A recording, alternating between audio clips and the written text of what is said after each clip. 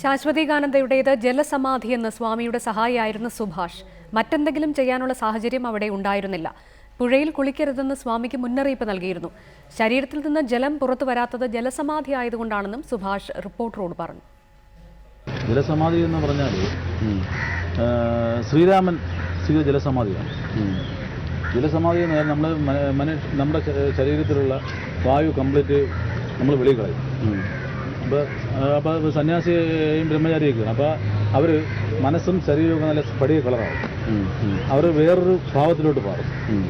എന്നിട്ട് ഇവർ വെള്ളത്തിനടിയിൽ ഇരുന്നിട്ട് വാ തുറക്കാതെ ഒറ്റ പിടി പിടിക്കും മൂക്കിൽ. പക്ഷെ എന്നാലും വെള്ളം കയറില്ലേ? സ്വാഭാവികമായി ഒരു 5 മിനിറ്റ് സമയമൊക്കെ വെള്ളത്തിനടിയിലാണല്ലോ. വയറിൽ ഞെക്കിയിട്ട് സ്വാമി എന്ന് പറഞ്ഞാൽ സാത്വികനായിരുന്നല്ലോ. ഒരു ബ്രഹ്മചാരി സന്യാസി. നിങ്ങൾ എന്നെ കണക്കൊരു വ്യക്തിയല്ലായിരുന്നല്ലോ. അല്ലാതെ അവിടെ അന്ന് ഏതാണ്ട് എനിക്ക് തോന്നുന്നു ഒരു 500 പേരിൽ മുകളിൽ ആൾക്കാർ. കാരണം ഇത് ഇന്റർവ്യൂവിന് വന്നതാണ്. ഒരു കുട്ടിയെ ഇന്റർവ്യൂവിന് കൊണ്ടുവരുമ്പോൾ അച്ഛൻ കാണും, അമ്മ കാണും, വരാതെ. അപ്പോൾ ഇത്രയും ആൾക്കാരുള്ള ഒരു പബ്ലിക് പ്ലേസാണ്. സമയം ഏകദേശം 10 മണി കഴിഞ്ഞു. അപ്പോൾ അവിടെ ഇറ്റ്സ് വെരി ഓപ്പൺ. അവിടെ പിന്നെ രണ്ടാമത് കൂടെ പോയ എനിക്കൊരു 5 സ്വാമി കൂടെ കുടിക്കാൻ പോകണം. പിന്നെ ഒരു അറേഞ്ച്ഡ് മാറ്ററായിട്ട് മാറുന്നത് എങ്ങനെ?